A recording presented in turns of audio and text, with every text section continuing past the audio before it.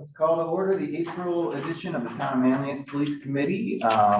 Attached to the agenda, or as part one of the agenda, are the instructions to view the meeting on the classic online platforms, Zoom, YouTube, Facebook Live. Here in the room, I would like to ask to get us started. Would Trustee Shep lead us in the Pledge of Allegiance?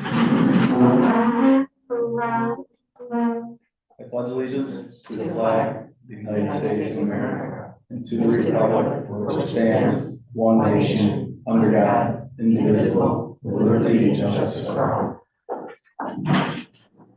Thank you. And our committee chair, Trustee Paluski, is not available for today, so I'm going to run through the agenda on his behalf today. Before we go on to item 3, the approval of minutes, I would just ask to indulge everyone's patience for a moment. The unbelievable violence that occurred over the last recent past here is not something that we just simply get over and move on from. So I would ask that this committee take a moment of silence to think about our brothers and sisters and loved ones who just want to go to work and do a good work for their community. And just let's take a moment, please.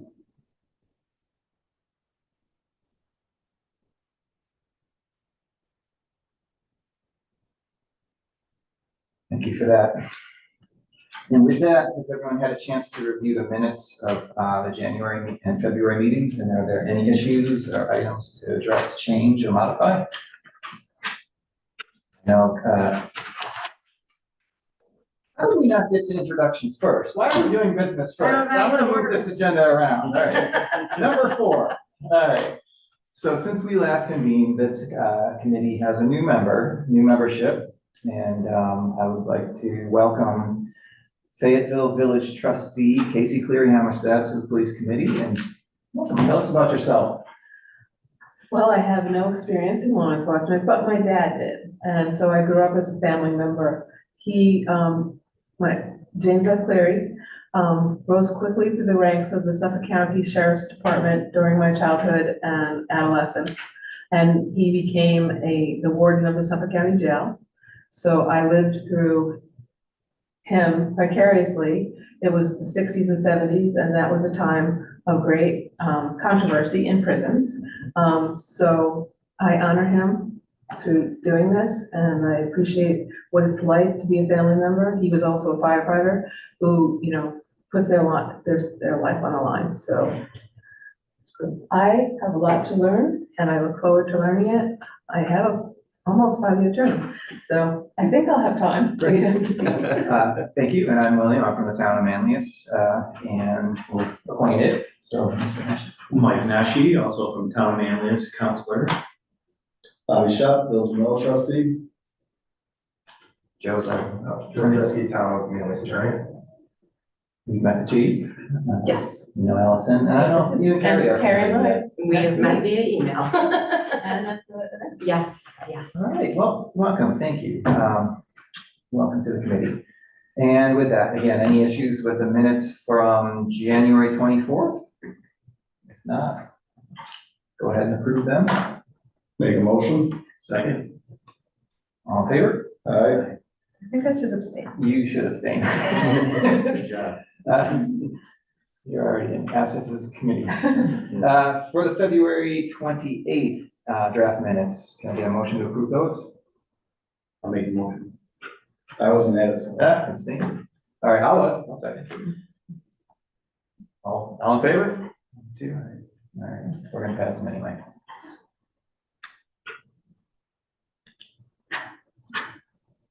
All right, so on to the next elephant in the room. Our town clerk Weber, who has been functioning as the secretary to this committee for the time I've been involved, has an announcement to make. Yes, I'm sure everybody's heard. I will be resigning my position effective April 30th, which is also going to have me resign from this committee as well. You will be in very good hands with Carrie Gerbalding, my deputy town clerk. She is, I believe, to be appointed this evening to fill my place as town clerk. And with Carrie's background, working at the 911 center, having husband who's a fire chief, and being so connected with her community, I very highly recommend her for this position as well. I think that she would be a great asset. I've also seen the way that it works very well to have somebody in the town of Manlius serve as the secretary, just because we use this meeting room for the hybrid meeting function.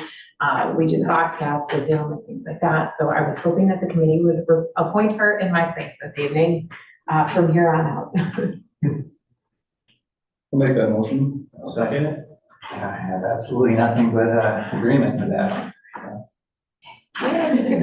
so all in favor? Aye. That's unanimous. Well, I'll have to let Tom weigh in on this, but, so we will discuss this tonight at the town board level as well, formalize your appointment. Thank you, Mr. Belding, and welcome. Thank you. All right, onward to item number 6, draft chair election process updated. The only thing that I did was remove the, I can't think of the word, the clause that said that you couldn't have proxy votes. And other than that, that is just there for you to approve whenever you're ready. It's a formalized process just to reduce some of the confusion that happened during the initial process as we were trying to figure out, hey, how do we want to do this? You know, like I said before, I looked at other municipalities, other committees, how they do those things, laying it out on paper just helps everybody understand what's going to happen. And then we also have a couple of places in there too where we involve the villages in the process. Yeah, it's funny that point came up at a meeting where you were working. We had a proxy vote there that night, so Yeah, seemed like a good idea to tackle that little for sure. semantic problem there. Okay, I have so, a question. yes. So there's a number of places where committee meeting is not specified. Yes. And that's why I said you could approve it at any point. I originally drafted that when you guys were meeting monthly, and I think you're meeting every other month. So that's probably going to need to be amended. And, you know, Carrie worked alongside me in that, so she's very aware of this document. And so she can kind of help guide those meeting dates as well.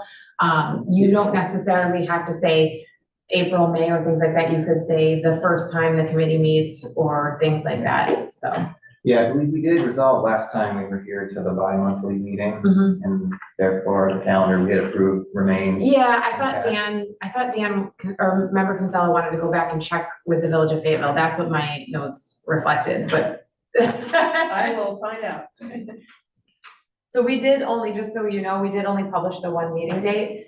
No, we published every other month. Yes, Yes, yes. right, exactly. The original Yes, exactly. calendar published. And the agreement is written in such a way that really gives you the wiggle room to do that. Is it well understood who can be a proxy from, you know, each location? It's not like you go to your neighbor and say, I can't make the meeting tonight, nobody else can make it. Can you go, here's the way you're gonna vote? It should be somebody from your respected board. Yes, that's in Manila, it's the mayor's decision what board member comes to this meeting. But it will be a board member. Yes. And so should we define that somewhere just so, you know, I just hate operating under that. It's the understanding, we all have the understanding. I like that it's, if we have something in writing, it says, you know, the proxy number is limited to be or defined as whatever it should be. So the proxy would be designated by the municipality, not by the person. Right, So or- it's the mayor. Well, designated. the police contract, I believe, says the mayor has the choice. So Right, exactly. So it would fall back to the Yeah. mayor. to if I choose call the- Bill, Mayor Brazil up, I say, hey, I can't make a meeting tonight. Right. That's Like like we we did the last meeting, and We can clarify that for sure. I'll defer to Carrie on this. We work, like I said, we work together on that, so she's very familiar with the document. I have another question. Under number 3, police committee shall be chaired by a member in good standing. And how is good standing defined? A member of the committee.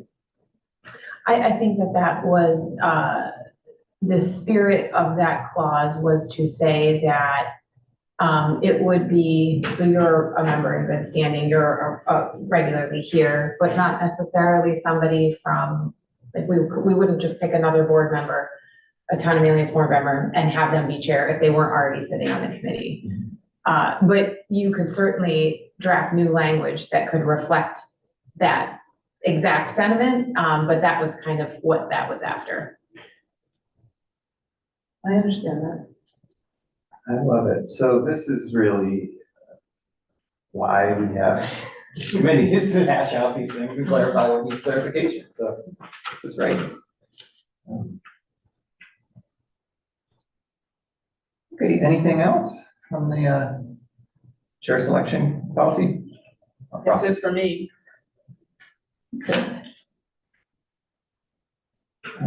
So we can go ahead and put that on the agenda as a regular item for the next meeting. We'll make notes and tweaks and bring it back for full review, and hopefully Tom will be here at that time too, and he'll be flying solo.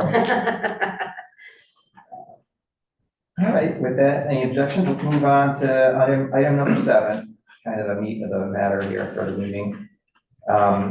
We're working through our fairly extensive duties and responsibilities as the committee. And so focusing in on section 3D, 3E and 3H, we're looking at the chief job description. We had kind of picked that up and put it back down in this committee back in, I want to say September, October, somewhere around there. And so here we are back. It is now time to get back into it. The last draft that we had worked on was, I think. It was, I found an email from the chief in June that was circulated to the committee that said, hey, this is what we have right now. Let me know if you have any feedback. But I think that was where it stopped. It died in the inbox. I can't remember if the committee might have stopped meeting at that point. That was a timeline I wasn't sure of. Okay, So gotcha. I think it became of lower importance in the moment. Okay, What I have is probably outdated since applications are due on September 1st, 2017. So, That would probably be the That's the last one that was actually used. okay, But I can tell you that, I have pulled information and worked on a new draft incorporating some, I think some concepts in there that we needed to add, based on the needs of the organization. And I also believe that the amount of time has been well spent, because it's also allowed me to see for myself where the organization is, culture-wise, piece-wise, personnel-wise, so that I could give you some additional information that you could consider and what you would like inside of that. So maybe recommendations in what you may want to see from your future chief of police. that's great that you have that ready. So I could send that out in fairly short order. Again, draft, it's, still rough in some areas, we'll have to just update it and peruse it, as far as, language and things, but the concepts are there. When we arrive at something that we're all happy with, it will have to be approved by civil service in the final form. I'm not sure how that would work. I think that, civil service has their own, basic chief of police piece. And I think that what you will get into is the difference between a requirement of the job or nice to have. Right. So I personally believe, in something that I would pass on to you, is there's certain elements of the police chief's job that you would really want them to have experience in certain areas that are significantly connected to how the town of Manlius does business. You may not need those in other agencies, right. but you So it might not be part of the them. basic minimum standard for civil service. It's- Right, so you may want That's them here, baseline, and then we have our Right. expectations. So that may be something in which that civil service may set a certain standard, but you may say preference may be given to those candidates that have this following body of knowledge. So that would be something for your consideration, but I think that would be something in which we probably need to talk about. Counselor, I don't know if you had any input on that. What you're saying sounds correct. I think I'll probably verify with Ann just what we can do, but I think there are certain basic minimum requirements civil service requires, and then I believe the town can require things over and above that, but I'll verify that with him. And my labor department. Yeah, that's my understanding too. You can't remove basic minimum requirements from the civil service position, but you can add specific, qualities. Okay, so when, this committee is meeting every other month, we have a pretty. June, So in June, would we? June 26th, it looks like. According to this plan. Yep, those are the dates that we've got booked. So that, are we comfortable? Are we comfortable with the notion that we'll have all we need to have to be evaluating the job description at the June meeting? Does anybody need anything more than what the chief's gonna provide? So we got the last one, 2017, what the chief's gonna give us. And as long as we have that, is there anything anyone else? Just with clarification of what we can and can't. Yeah. Yeah, I would feel comfortable. If I had an answer in those two documents, I'm comfortable myself. Okay. And I'm in those things every day, but it's for those who aren't, you know, like, Yeah. don't speak for anyone else, but that would be. All right, then let's tentatively make a plan to have, an approvable job description for the position at our next meeting of this committee. We will move heaven and earth to make sure that everyone can be here.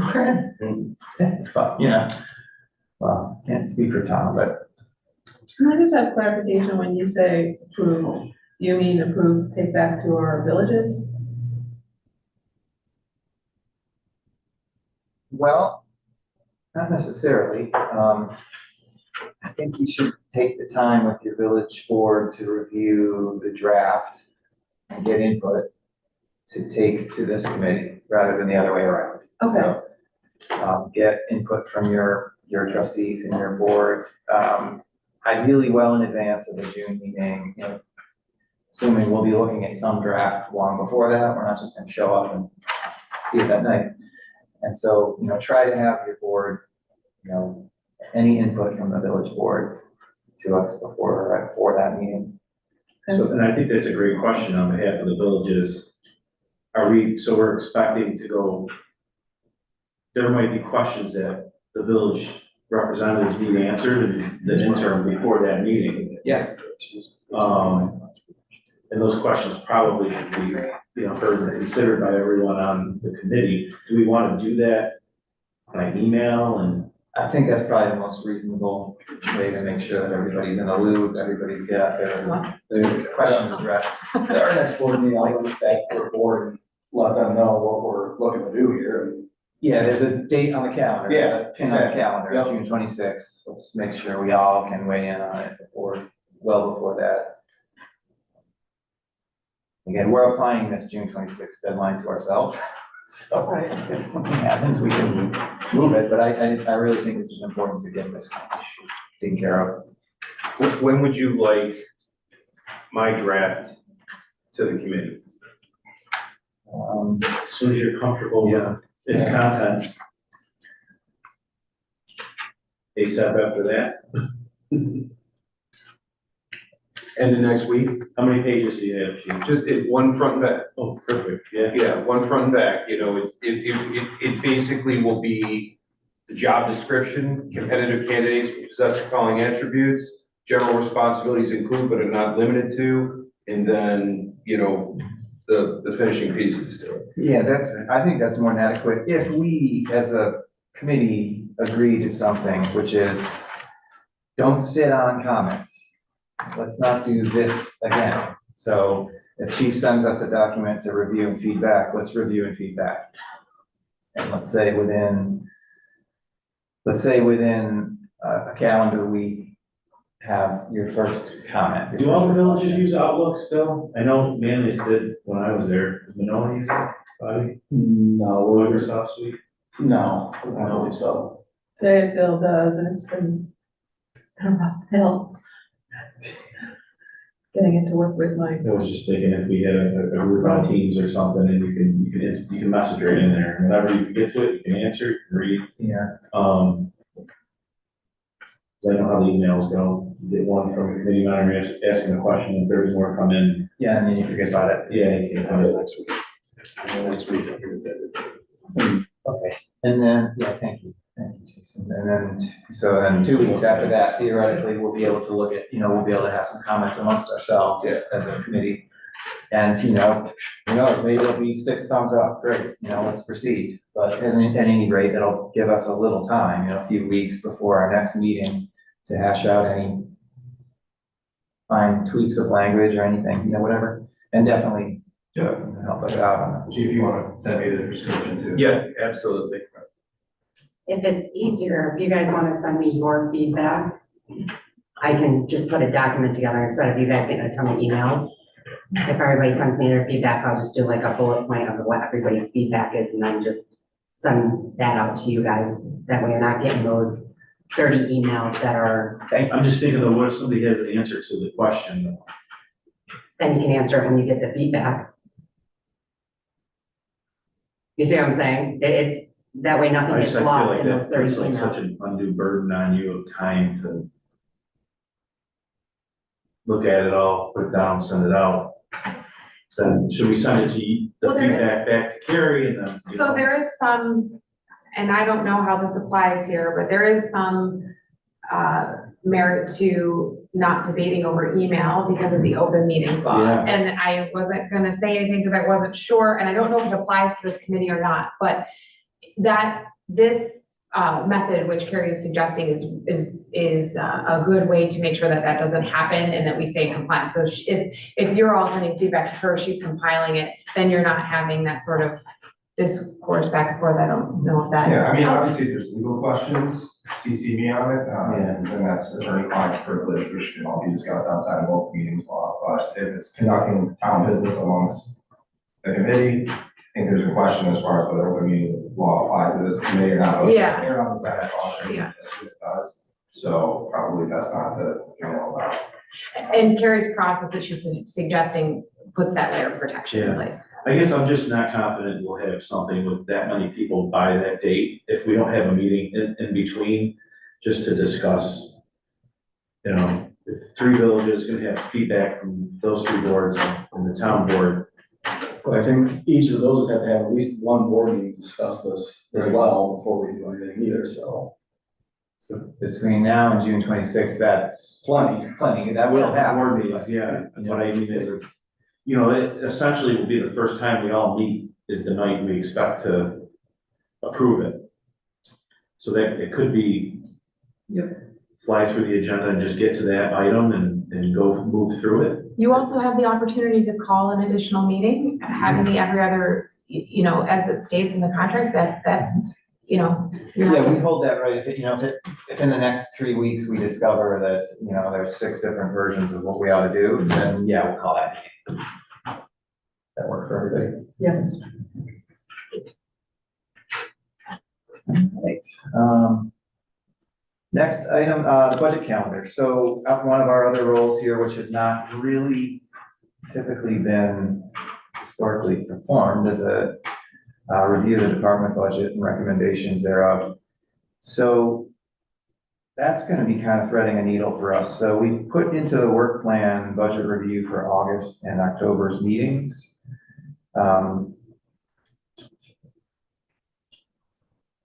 As a town representative and a liaison to the department, I'll be doing that anyway. And, but so for the rest of this committee, how would you like to best, execute on that between now and, August and October? We're gonna, departments will start talking about, budget planning in July, next July, or in July, late July. And then, so that's after our June meeting, so, Yeah, I would say maybe if there's anything the villages want to see or suggest to the budget, we bring that to the June meeting as well. So that way, okay. when you go to start your meetings in July, Maybe there's a suggestion that we see or want to do. That would be helpful, very much so. You know, and then based on maybe what some of those services may entail or the things that you'd like, I could then put numbers to that. Or it could be something all three villages see what we need and. Sure. Yeah, even just that heads up, like, here's what we're gonna wanna focus in on or whatever, instead of, later in the game. I like that, Bobby. Could you just review the timeline on that? So introducing this new, point on the timeline, so our June 26th meeting, please, have from your village, any department budget related issues, questions, focal points,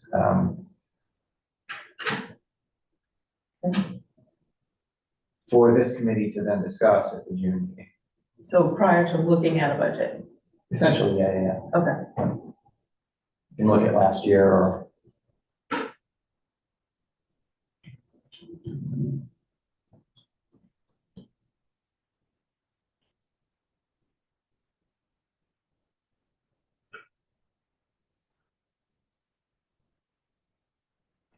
So by September, so the August 28th meeting of this committee, we will theoretically, and, I don't speak for chief, but, there will be a full functioning draft budget being worked on at that point for us to take a look at. Prior to the September budget workshops with the town. So in August, at our August meeting, we should be able to have some numbers to review.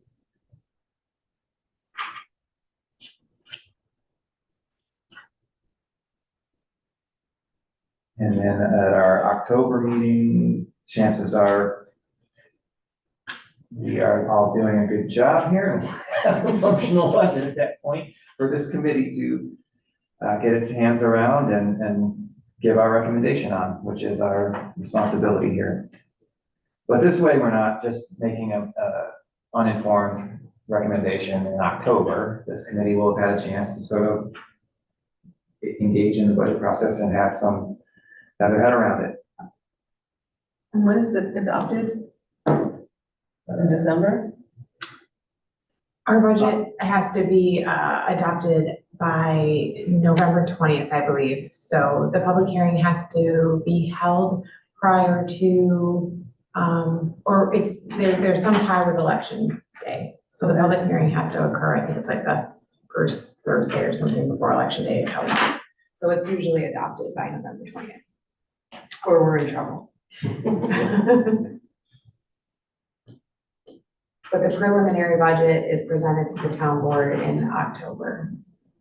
What recommendation is this committee making? So we go through the budget and the needs of the department, and then ultimately, we would recommend the chief's budget to the board?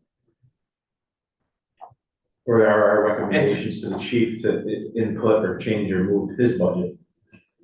So. I just don't know that, so I don't. So the agreement, the way the agreement reads is that we're making recommendations to the town board on the budget. This committee. About a final budget, not bits and pieces. What I understand is what you're saying is you and the chief will meet, you'll bring what you guys come up with to us. And if we say, yeah, we like it, then you take that to the town board. Well, we take it. We take it as well. Yeah. Essentially, yes. Yeah, but prior to that, the 3 months in advance of that is where this committee should be reviewing that draft budget and making recommendations and commentary on it where applicable. So we will recommend the final budget, or the chief will present it to the board, and then it'll be, Oh, by the way, the committee also recommends. we recommend this be adopted.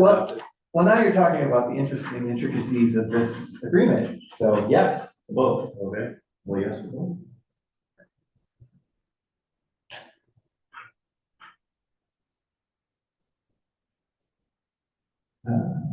Anything else on the budget calendar?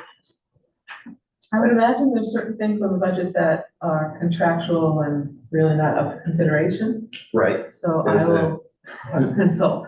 There's a PPA contract in place, there's a. Yeah, I think you break that out, don't you, chief? It'll say contractual versus. Yes, sir. That's good. You did it, yeah.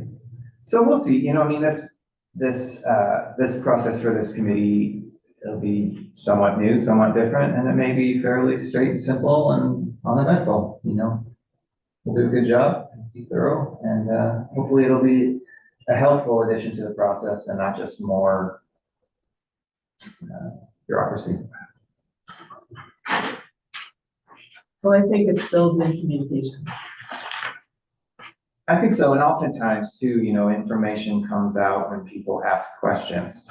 You know, that's sometimes just that mere asking of a question will generate something that no one thought of, so it could be good. All right, so the last bit on the work plan for this is the member roles and responsibilities, section 3H. What? Oh, okay, we already hit on this. Yeah, this is related to the chair election process, so we've already hit that, so. With that, we can move on to the chief. Okay, thank you. Thank you for taking a moment of silence. I appreciate that. This has been a very tough week, tough couple weeks for us. There's not a lot of us. Professionally, we pretty much know of everybody in our business. And then there's a personal connection that you may not know between people and individuals and things that go on during this. So there's various degrees of processing this. We've been very fortunate in our community for a long time. 34 years ago, Wally Howard was working. I came on the job when that happened. That altered a lot of things for my generation of police officers. This will do the same. This will carry on for a long time. We won't forget it, but it will affect so much in so many ways. We know this from our brothers in the fire service. Gino and TJ. I know exactly where I was when I got the call. I knew exactly everything. I could replay everything for that 24 hours for me. As a police officer, I could replay them. So, working our people through this process, those that not only were professionally impacted, but personally and professionally impacted, being there for them at the same time that our folks are still providing service at the expectation that we have while it's going on. So we also were able to attend funerals, provide assistance to our brothers and sister organizations, and at the same time be able to ensure that our citizens, our residents, and our villages in our town were properly managed at the same levels that they always are. So I'm very, very proud of my people, but nonetheless, you know, they're feeling it. So I do appreciate that very much, and I know that my folks appreciate that too. It's been a tough week. But as I said the night that we met at the awards there, I think it's important to stay with our traditions, and we still have business to do. And this is unfortunately a part of our business. So I'll get on with that. Our annual report. I think I'd love for you to take a look at it at some point in the near future. This is for 2023. I wanted to connect the picture with you know our initial responses, and what I love about this picture is the young lady in the car in front is the daughter of one of our members. And when I saw that and I saw how the community was all together and the pride of the organization all at the same time, that was an easy one. But please take a look. I'm always looking for feedback on that process of our annual report. has evolved many different times over many different years, and I'm always ready to examine that to make sure it fits what you feel that our community would like to see from us, the information that we'd like to make sure that they see. We're always in pursuit of transparency. So you see that in our Facebook, you see it in social media, you see it, you know, through various things that we do. This is just one other outlet of doing that out there.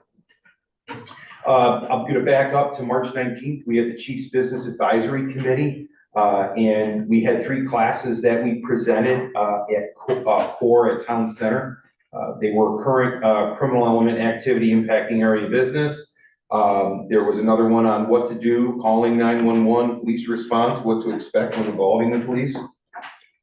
And the last one, we did a workshop on tools on the tool belt for de-escalation techniques for businesses and folks working in business and commercial side. And I think that all went very well. We had about 20 plus in attendance, and we're looking to the fall for an additional presentation prior to the holiday busy season. So it was a nice connection. I also, if anyone didn't see, the Eagle Bulletin had a very nice article on the entire process. And what I so much appreciated that because it got some more folks involved. So I got some phone calls after that of commercial and different kind of businesses that would like to participate. I wondered about that, because A it was little bit more. obviously that morning, it was a full house there that day, and I thought if you do this again, if you're gonna need double or triple size the room. And yeah, and I'm hoping, and we also are looking now to kind of expand the conversation, bring in the district attorney's office, bring in different external pieces that they can talk about their processes and things and help them with questions and things that they have. So I think it was well attended, and at the same time, you know, it also connected the dots for the organization. So now they're all talking, and I'm thankful for that. Our PBA Awards dinner was a great success. We recognized, the police department recognized 7 members with division commendations. Those are commendations in which that the division commander at the rank of captain felt were noteworthy within the division to cite.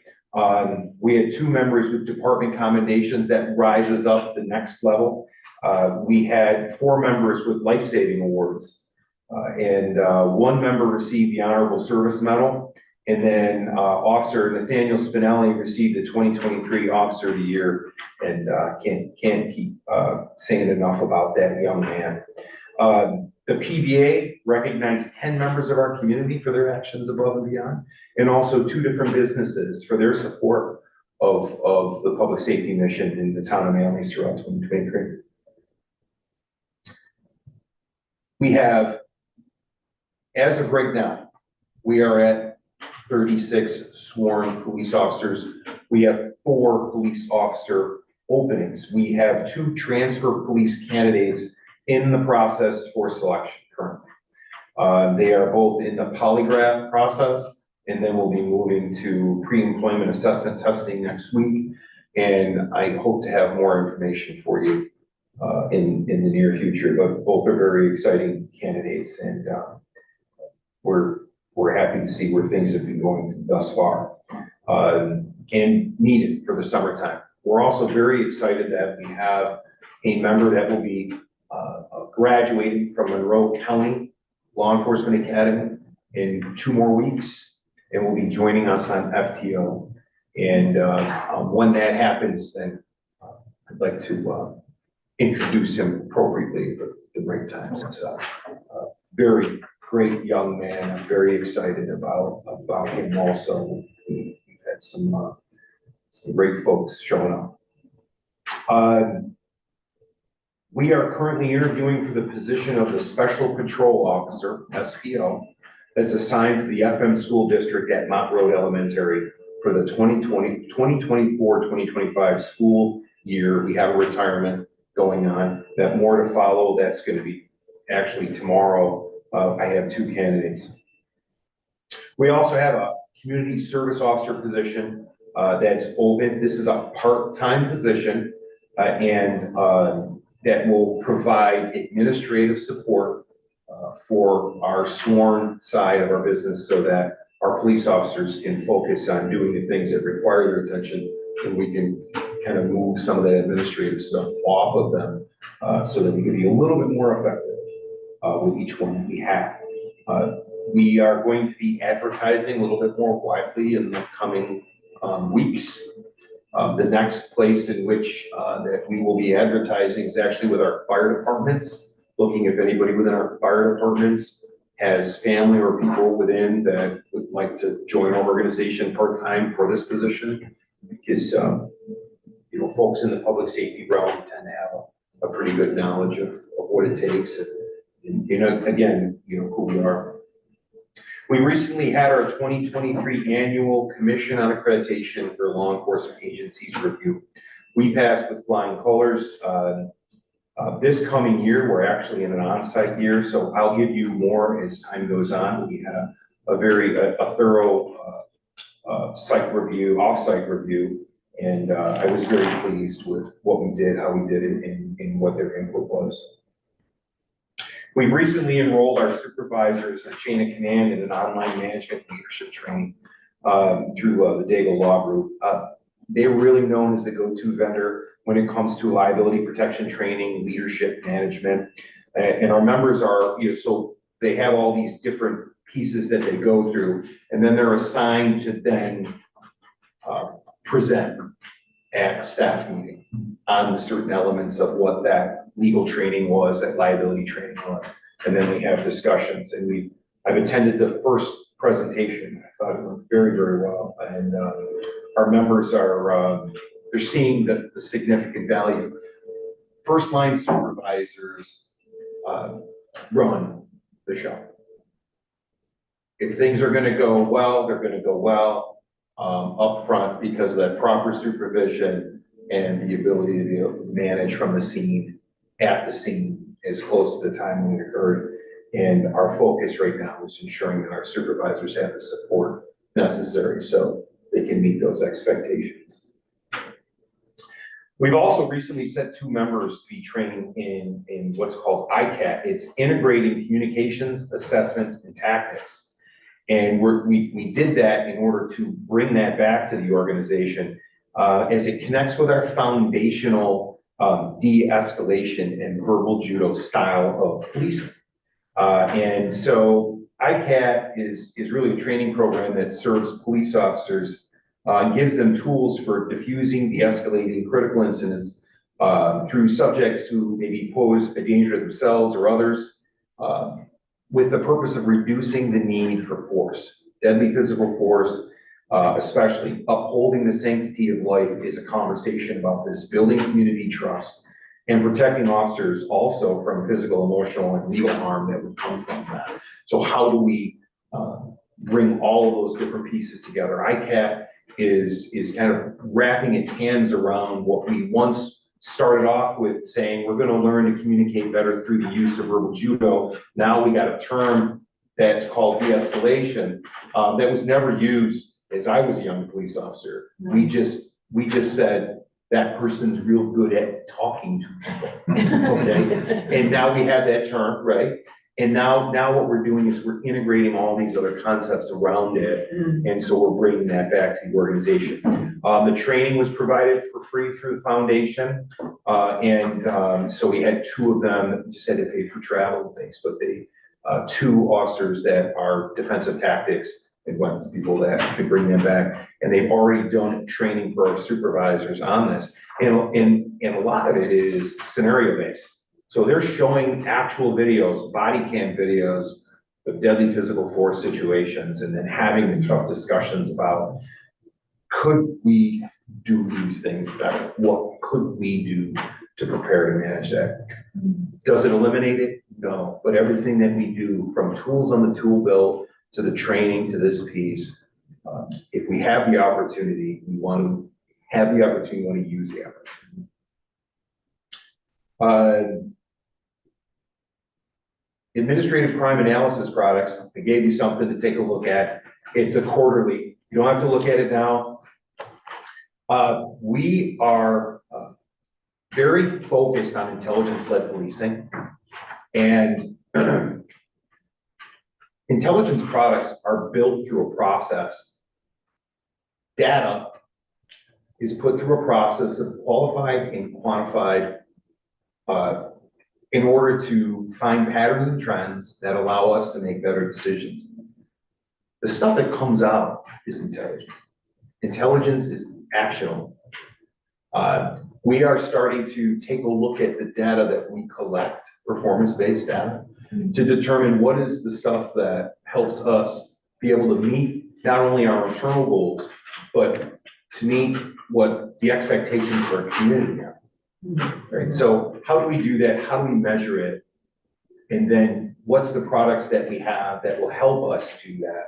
So we have a monthly, and this is a quarterly, and we're gonna continue to kind of massage these products as we determine whether or not they're what we need in order to, again, take intelligence and make decisions based on those patterns and trends.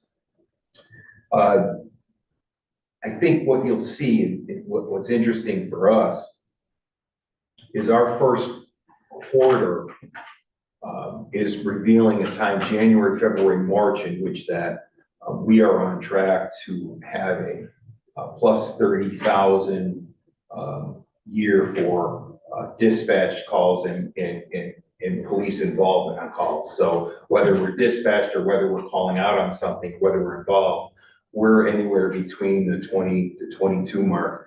We're looking at if the trend stays the same, we're well into the 30s.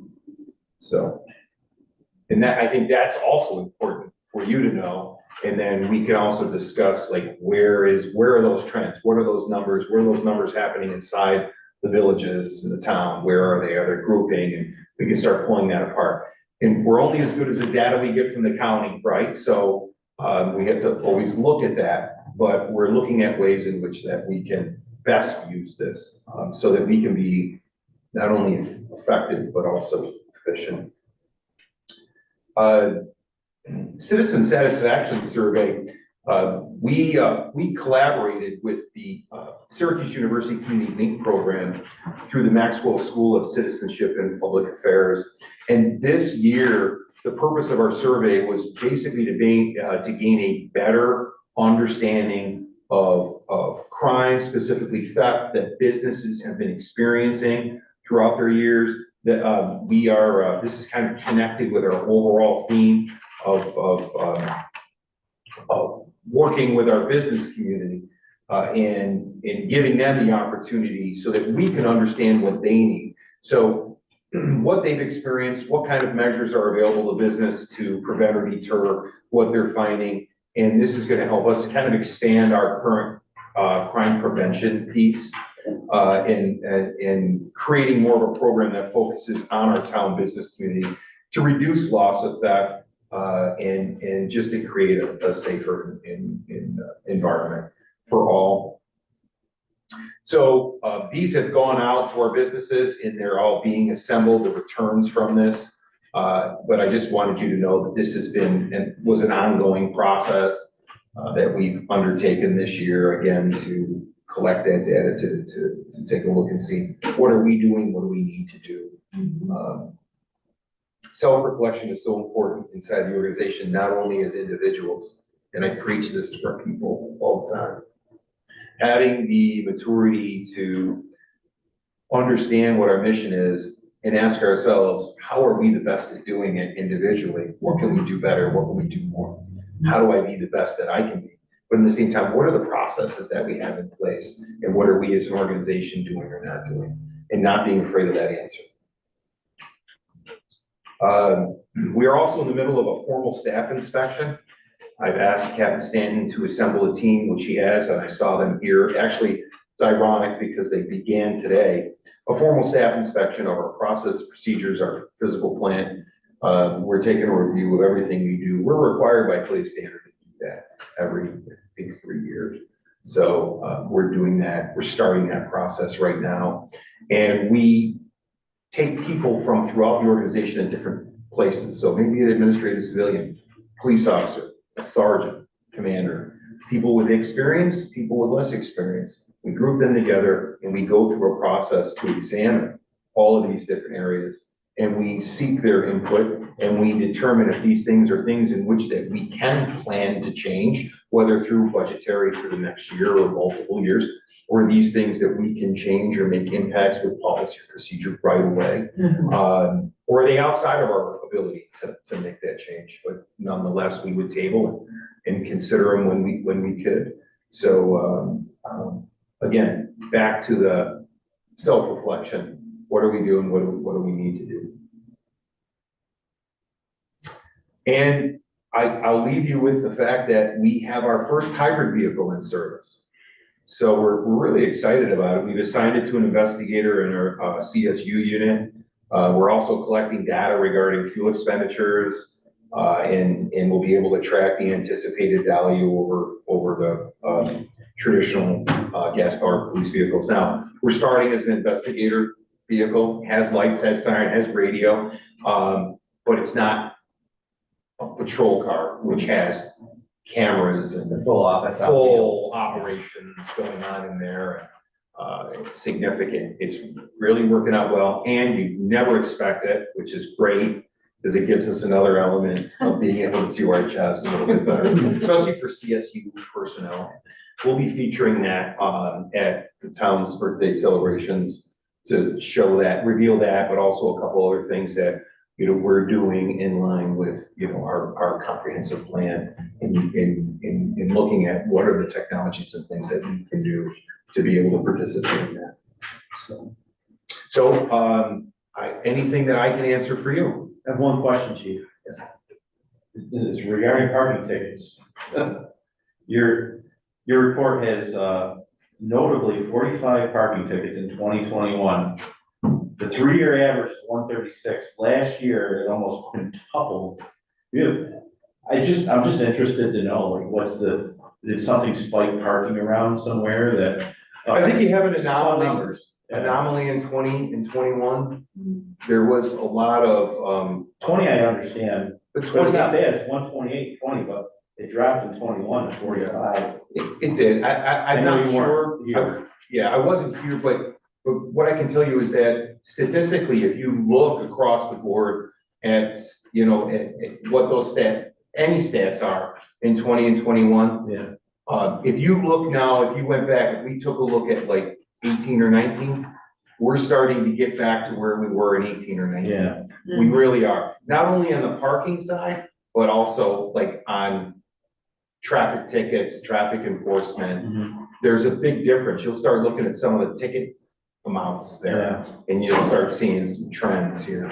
But we're also being responsive to these things. And, you know, when we're out and we're writing parking tickets, you know, especially in the wintertime, we let people know. We put a lot of warning stuff out there before we start writing the regular paper. So. Yeah. Well, thank you. I just thought it was interesting. I like seeing numbers. These reports that you guys put out are fantastic, and it caught my eye. And it was like we were kind of out of that pandemic, nobody's driving, but like 45, it's like a month. And so that caught my eye too. And I kept asking the same question. What happened here? What was going on here? And then I didn't see anything that leveled that out other than I think that, you know, supervision, management, maybe it was not a priority at the time. Yeah. Thank you. Sure.